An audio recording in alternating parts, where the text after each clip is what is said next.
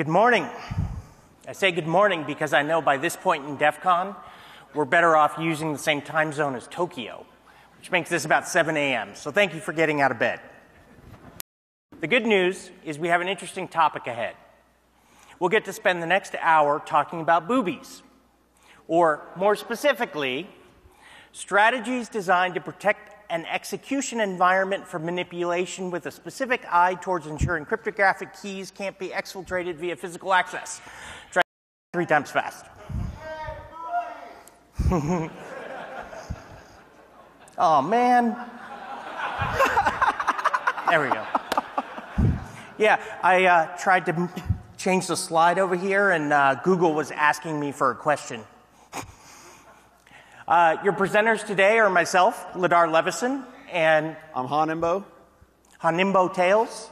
What we're going to be talking about are essential skills for life in the world of 1984, where the maids can't be trusted and your big brother is out to get you.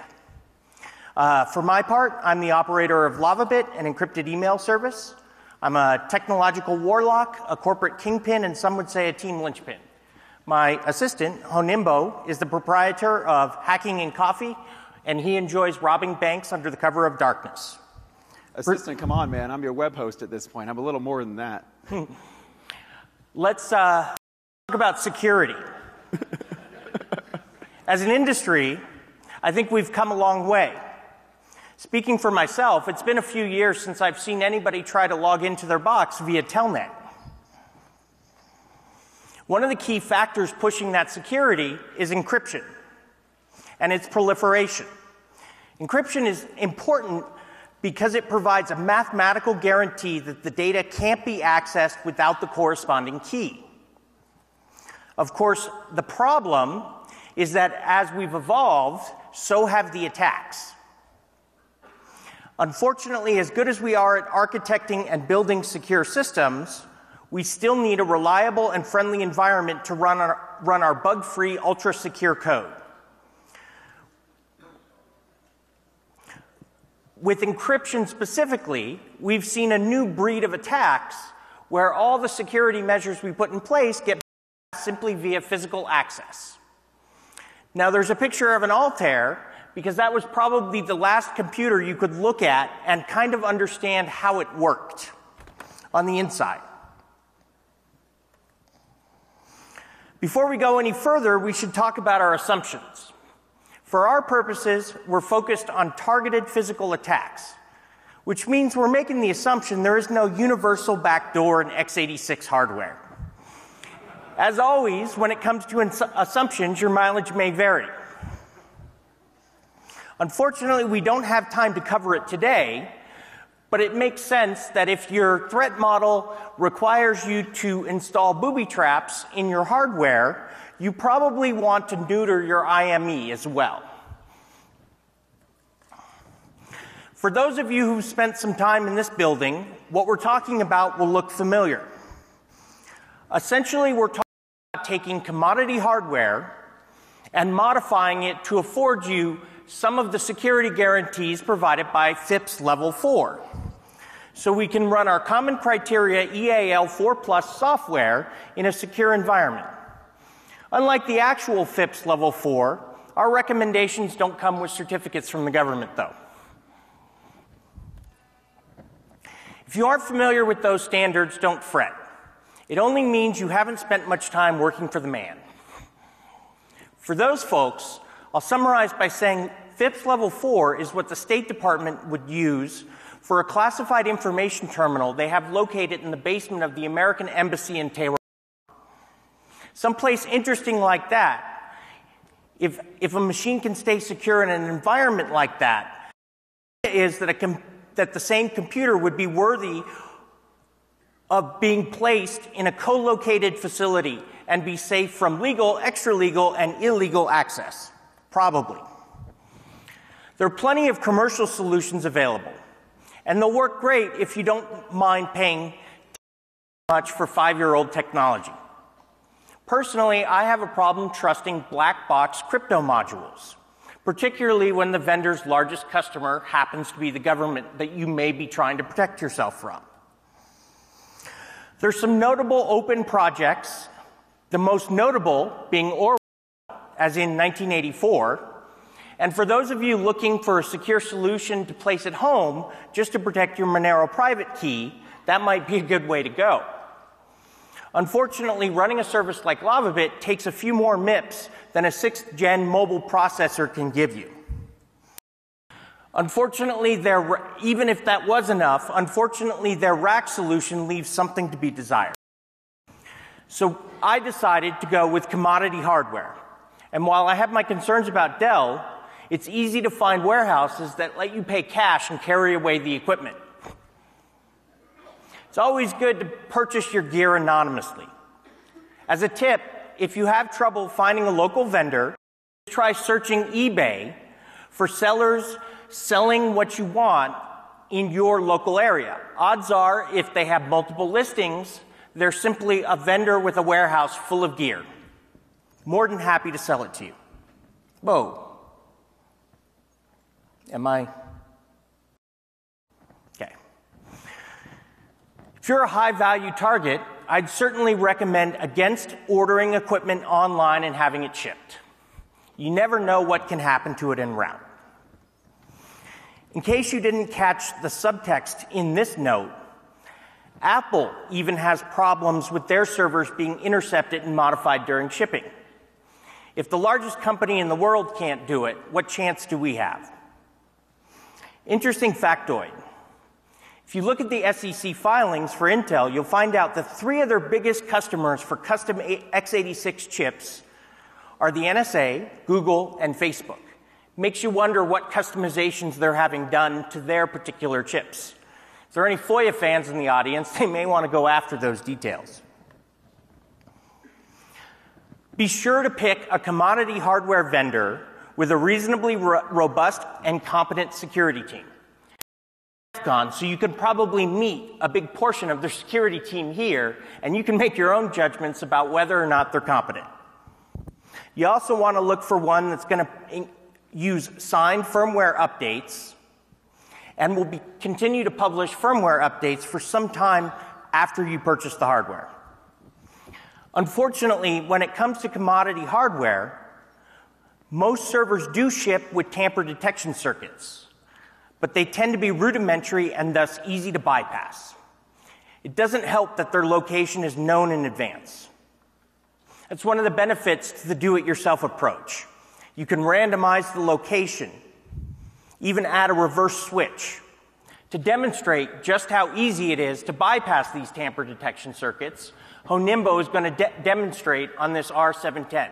So we need some volunteers in the audience who can see the front LED and tell us if he manages to trip the circuit.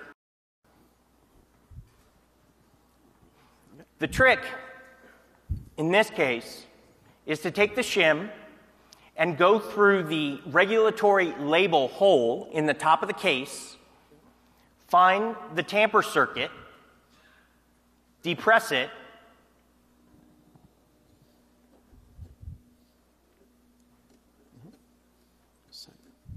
they said it would be fast. We may have had a malfunction earlier.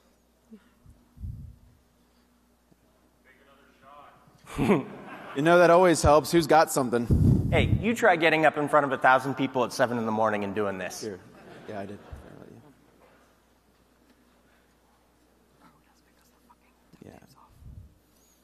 Yeah. Once you have the tamper circuit depressed, you can lift the top cover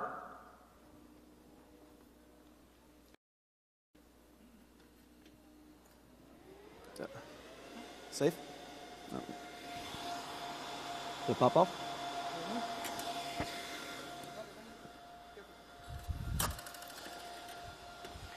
and remove the case, remove the lid, giving you access to all sorts of different ways of attacking the system. Most notably being those exposed JTAG ports. Yeah, you can take it off now.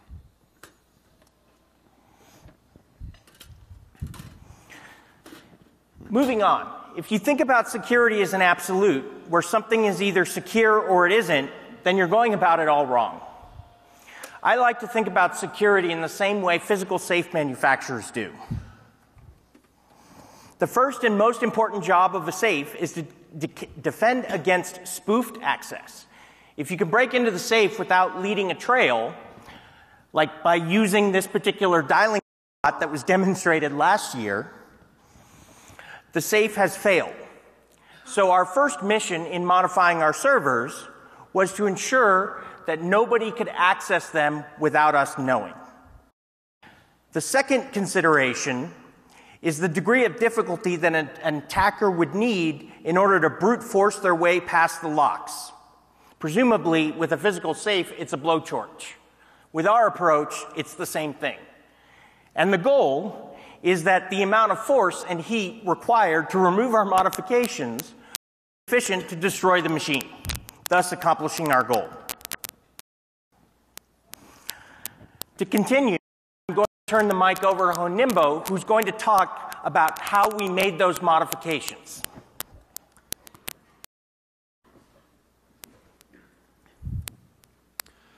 So the first thing to know about all of these Dell systems is there's a very large number of debug headers, expansion modules, and available on these boards. Some of these are for legitimate things for businesses. You've got your iDRAC, you've got your various open manage, you've got that sometimes have additional. Is take whatever hardware you end up with, and you got to do a little engineering. And in our case, we took the little bit messy approach for some of this. So some people may recognize this as PC7 epoxy that we go through a lot of the boards. So anything that can't be physically removed from the board, we basically to remove it, that they're not going to be able to practically do it while the sensors are still in place. So all over other and other things that we also do the connectors. So these whole sides of the chassis, all for are unfortunately very easy spots to pick probes through. And with those probes, there are various things like the front header of the USB bus underneath the front bezel. And part of this is not just the debug interfaces, but the ones that you're actually using to conduct the operation you have. Because there's only so much that you can actually turn off and still have a working system. The PCI risers, we just went ahead and go for that. And just wear some gloves, take skin off. I know this the hard way. One thing some people may note is I have some very cruddy solder joints on here. There's a reason for this, is if someone were to start physically this switch, we would have the server fail off. So you may notice that we have a few different types of contacts here. For one, we have just a sample of a simple lever switch with a roller and next to the original Dell chassis sensor. So we have a few different types, again, solder joints, and this is really interesting. So we take advantage of the actual disassembly process for these servers. In this case, an assembly module inside of one of these Dell R710s. The fan module comes out as a big tray where you can pull out fans. Well, luckily for us, Dell has sorts of alerts when failure.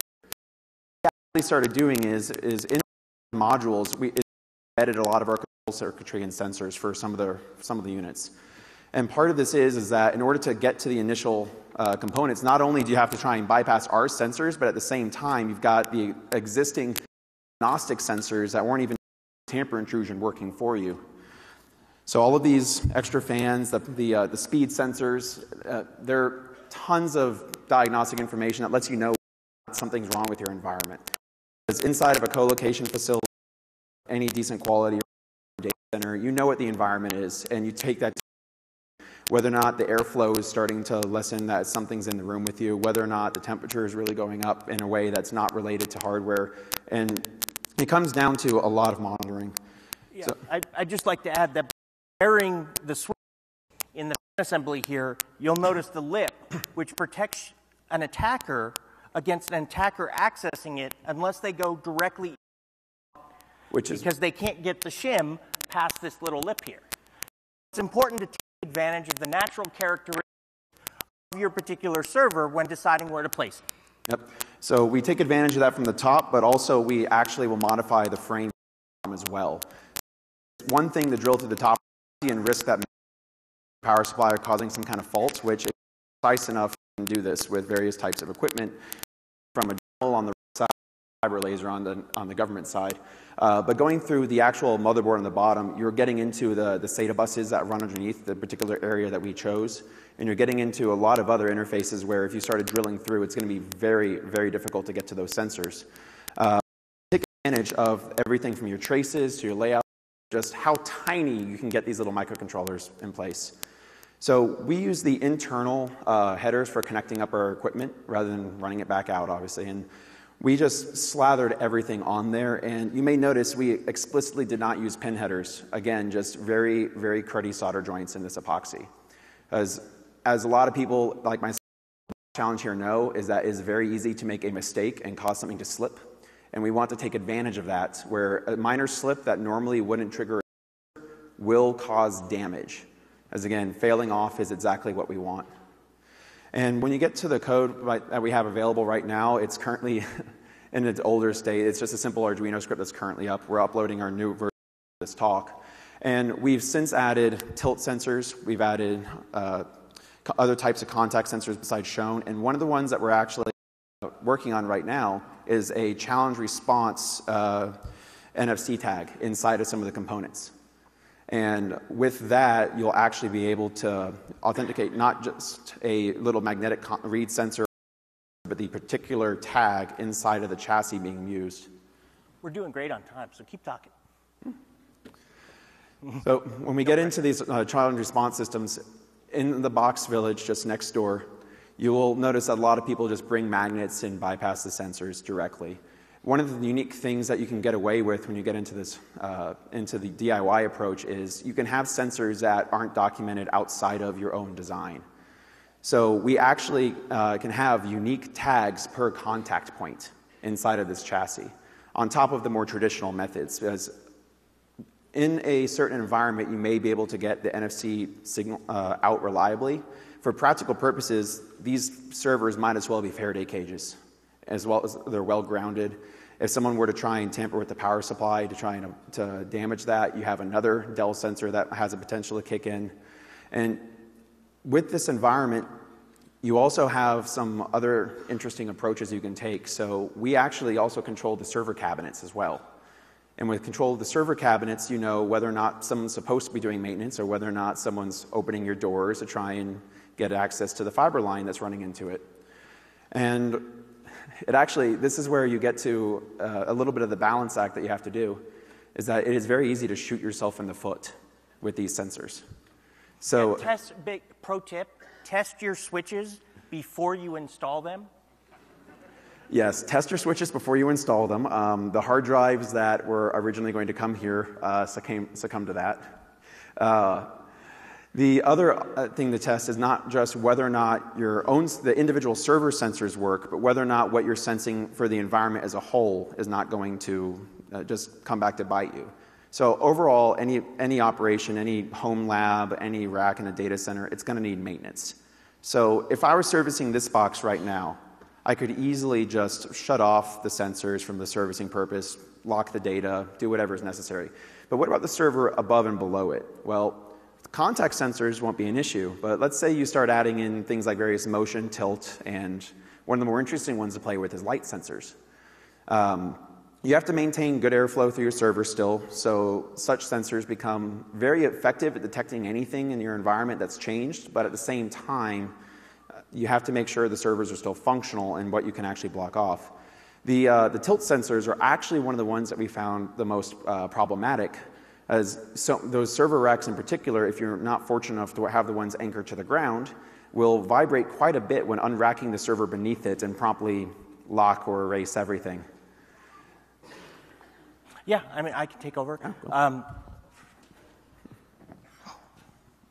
Yeah, the great thing about those ball-bearing tilt sensors is that if somebody tries to pull the server out on its rails, the tilt sensor will get switched from the movement, the inertia.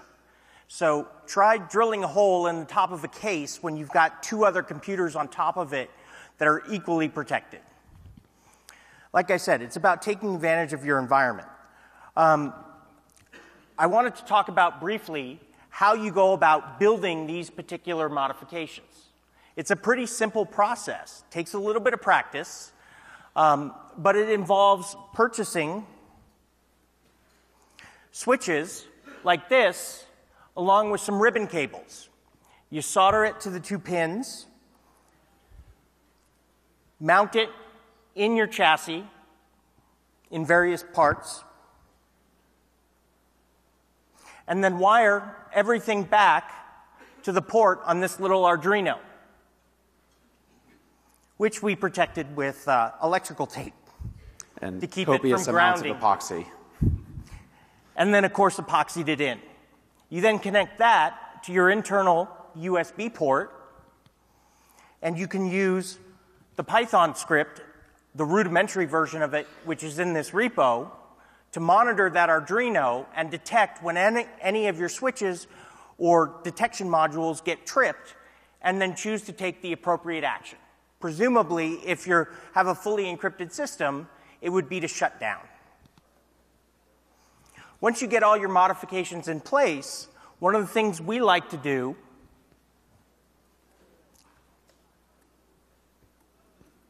I didn't bring it, is use thread locker to ensure you can't even unscrew it. We didn't have the screw in this particular lid, but most of these servers have at least one optional screw that you can use. Another great tip is to cover your joints with something like varnish, or my personal favorite, nail polish. The more glitter, the better. Sprinkle that on, take a photo of the glitter pattern, and if anybody tries to remove the case, they won't be able to replicate the exact dispersion of the glitter. Poor man's holographic seals. Now, I'd like to talk a little bit about operational considerations when you're working in a high-threat environment and you have one of your sensors actually get tripped. One of the recommendations that I would make is to take advantage of the fact that Lux supports multiple key slots.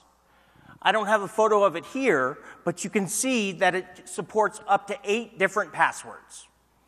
All you need to do is write a little script that when somebody enters the password in one of those high-numbered key slots, it wipes the slot.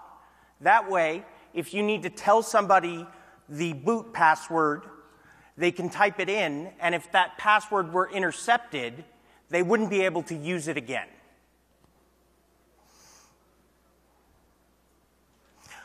We didn't talk about it earlier, but one of the reasons that we used PC7 epoxy is because it has the right thermal and electrical properties. You want to pick something that isn't going to create a short circuit with your board or trap the heat and destroy the various chips that you're trying to protect. We also chose PC7 because it's incredibly difficult to remove. As he mentioned, don't get it on your hands. There are also other advantages or things that you can take advantage of if you're not using enterprise-grade equipment. One of the things you want to look for example, is ECC-registered memory. The reason being, it's incredibly difficult to remove ECC memory and still read the information off the chip after the system is shut down, because ECC memory, by default, cycles itself every time it powers on. You also want to add things like this project, USB Kill, which will detect if anybody inserts a USB drive into any of your ports and can take appropriate action in that situation as well. Anything else we should cover? Let me pull up my notes.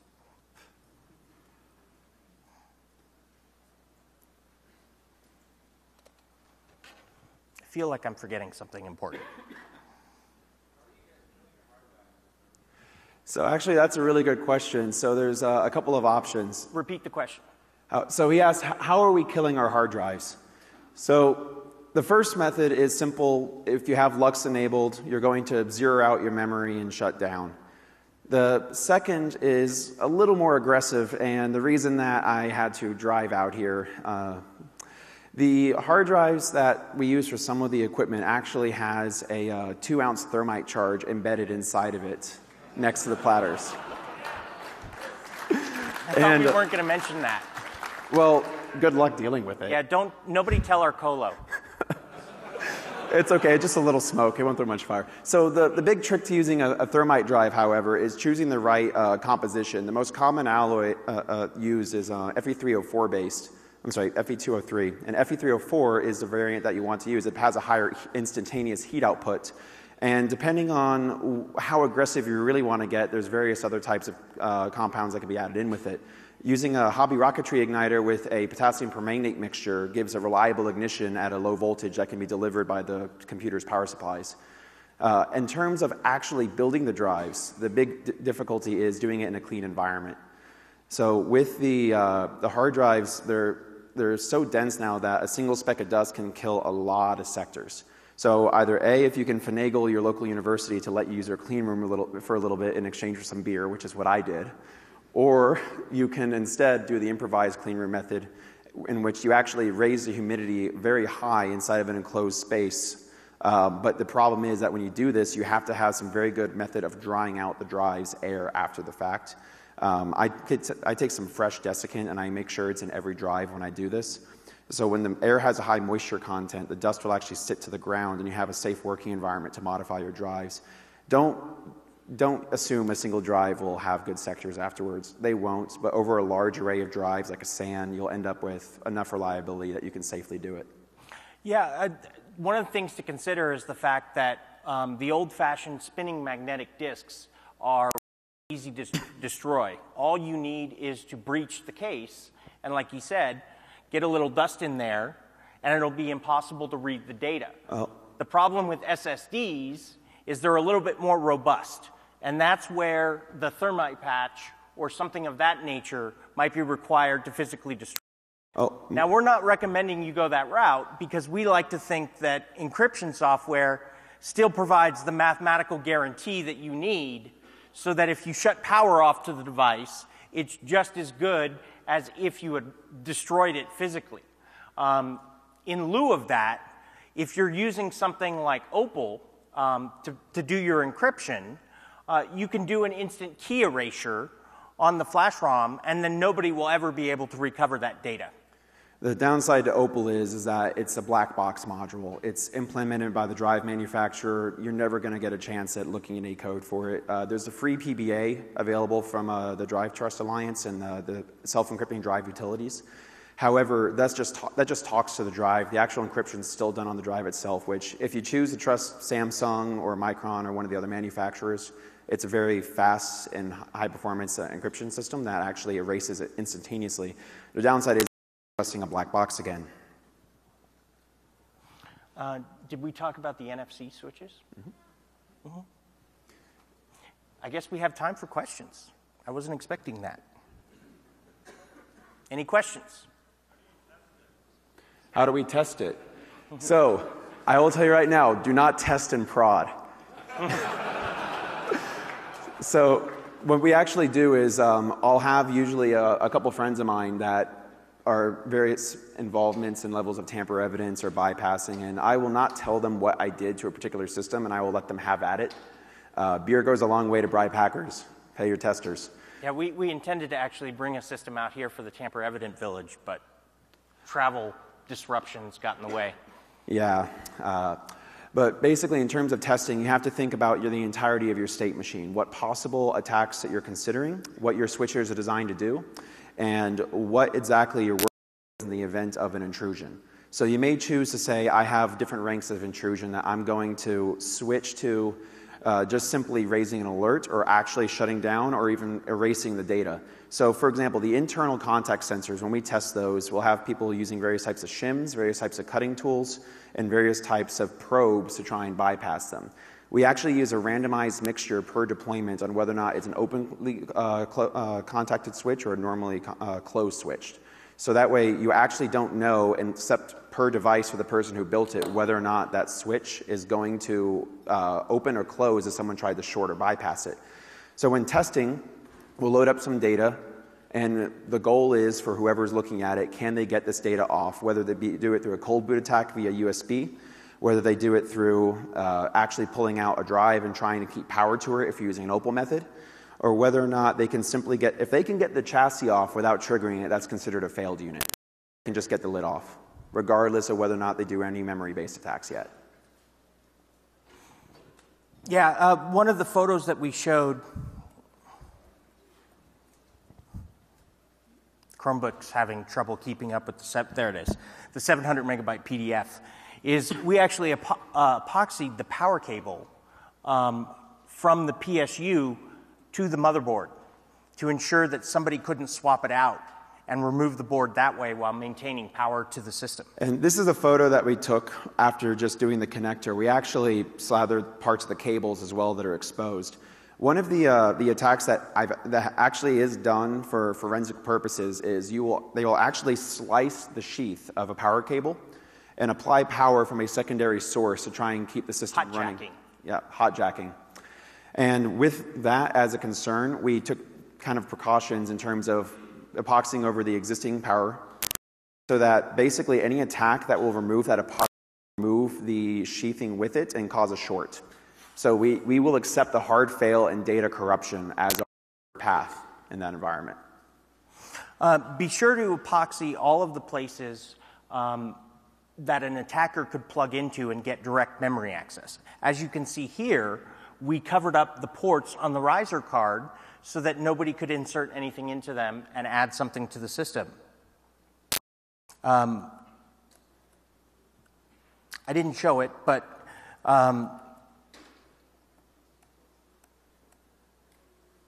you want to look for the BIOS chip, and we don't have a picture of it here, but the pins on the side of some of these integrated circuits, you also want to cover those up so that nobody can add a lead to it and directly manipulate the integrated circuit.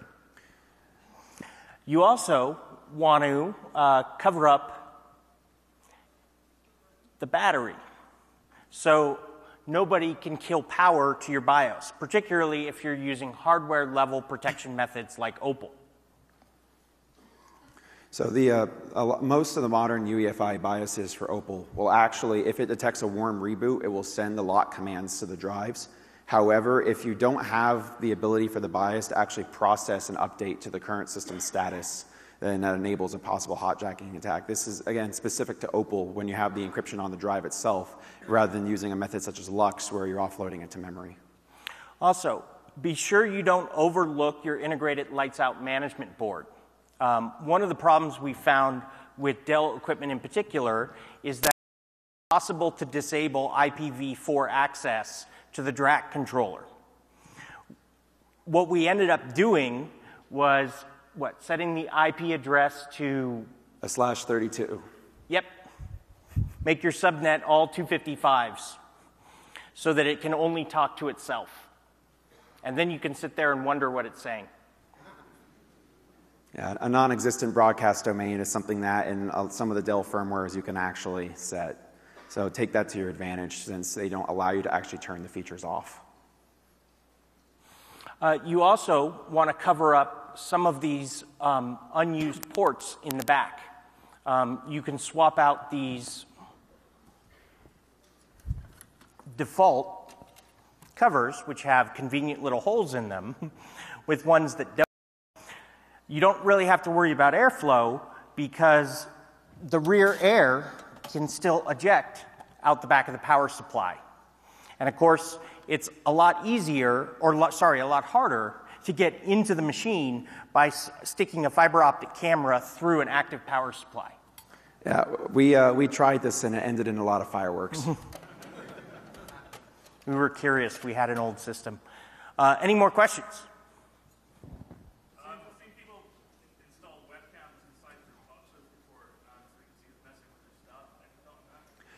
Yeah, we do it at the rack level. One of the things you want to look for is a motion. Oh, sorry. He is asking if we install webcams inside of the hardware so we can watch anyone trying to manipulate it. So we install the webcam at the rack level, and then if you have a good one that can trigger on motion, you can see when anybody approaches the environment. And then presumably email the photo to you. Make sure that the photo actually gets transmitted. You don't want to have a situation where the only copy of the image happens to be in the device in the environment that the person is accessing. We actually also recommend that you have a secondary link that going out besides your primary routers, especially in a colo facility where the facility provides every bit of internet access otherwise. We actually have experimented with cellular modules. Calyx actually has the Sprint devices. And you can also, of course, for the various embedded hardware, various Arduino add-ons, et cetera, add GSM chipsets as well for exfiltrating. Don't overlook hardening your routers as well. We use pfSense machines, which run on commodity hardware, so we can do the same modifications to that as we do to the machines that run the encrypted services. It seems like most of this is geared around preventing a tap that you would be otherwise unaware of. If your goal is simply to deny them the hard disks, wouldn't it be straightforward and simple to use those switches to simply cut the power to the hard drives, and then when they boot it back up, they're not going to have access? So the question was that it seems this is geared around denying access in an undetected fashion to our data and whether or not the switches should just kill power to the system. All right, so the reason that it doesn't just immediately kill power in every case is that first, some of the sensors are particularly sensitive. Regular maintenance in the racks around it will trigger them. So you first want an alert for that because you do have to balance what your actual operational goal is and what your security goal is. The contact sensors are designed to just kill things immediately, because the contact sensor is not something that will go off via traditional rack maintenance like the tilt sensor might. Yeah, you'll find out through experimentation which sensors are more reliable than others. That's where the testing comes into play. And if you look at that Python script I posted a link to, all it does is monitor the sensors. The area of the script where you actually have to decide what happens is left blank. But presumably, as I mentioned earlier, our recommendation isn't physical destruction. It's to rely on the mathematical guarantee provided by the encryption when you cut power. That at least affords you the option of restoring. You do have to be careful about using the same hardware that may have actually been tripped. So if you have a confirmed breach situation, you may just want to remove the hard drives and place them in a new chassis. I actually have a funny story. At Hope a couple of years back, the guys from Rise Up had the server that the FBI had confiscated and held on to for a year, and they brought it back and to the hacking conference. They lifted the top of the cover off, and the challenge was to see if you could spot the modification. Any more questions? We're almost out of time. All right. Not yet. So we've had a few false alarms when a prior facility of ours would actually do maintenance in our racks without notice. And they generated 0 audit logs when they did this. They didn't tell us. They told no one. They wouldn't tell us what they were doing at one point. And I had to pry that information out of them. And while they didn't open up any of the chassis, they were moving the racks around and at one point recabling some of the, we found out later with the PDUs when we looked at the camera. So while that wasn't a particular intrusion attempt from the hard drive's perspective, the sensors did catch it, and that's already a very suspicious thing just to be inside of someone's rack. Them recabling above the racks is very typical. Recabling the PDU inside of the rack is a very rare thing. What encryption do you guys recommend to guarantee the security of their hard drives? So the question is, what encryption do we recommend to guarantee the security of the drives? I use AES 256 for my symmetric cipher. I've traditionally, for all my pub key stuff, have been switching to elliptical curve. Although I heard yesterday at one of the talks that it's possible the National Security Agency might have a quantum computer in the very near future capable of breaking ECC, and is now recommending that we use very large RSA keys. I don't know if I believe it yet, because I'm not looking forward to switching back to 8K RSA keys. And when it comes to the AES, you also have to choose what mode you want to use, whether you're using something as XTS or the CBC modes. Stick with an authenticated protocol if you can. Yeah, if you have it and it supports it, you want to be operating in GCM block mode.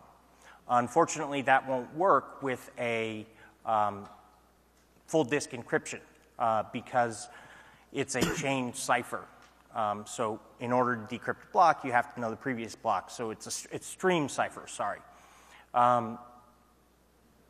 You have to use a block mode like XTS. Yeah. I do have pretty high hopes. I haven't implemented it yet in prod, but Cha-Cha and Poly 1305 look like very promising replacements for AES. But when it comes to crypto, what I like to say is that speed kills. You move too fast and you're guaranteed to make a mistake and do something wrong, particularly when it comes to picking a new cipher or a new implementation. It's always good to go with the tried and true. The nice thing about symmetric ciphers is that they're much harder to break because of the mathematical principles behind them. They're essentially random number generators that are doing a one-time pad. So if nobody can break the random number generator, either by brute forcing the key or by taking the stream and determining what comes next, the algorithm stays secure. It's the public key algorithms that you have to worry about. And on a related note, cryptographic hash algorithms are an interesting discussion because traditionally SHA-2, 256, and 512 have been very secure alternatives. But what we're seeing is that with the emergence of Bitcoin and all of the investment in ASICs, is the speed at which they run reduces the security of those older algorithms. One more question, if we have it. All right, well, if you think of something later, just come find me at the pool. I'll be at the 303 party tonight.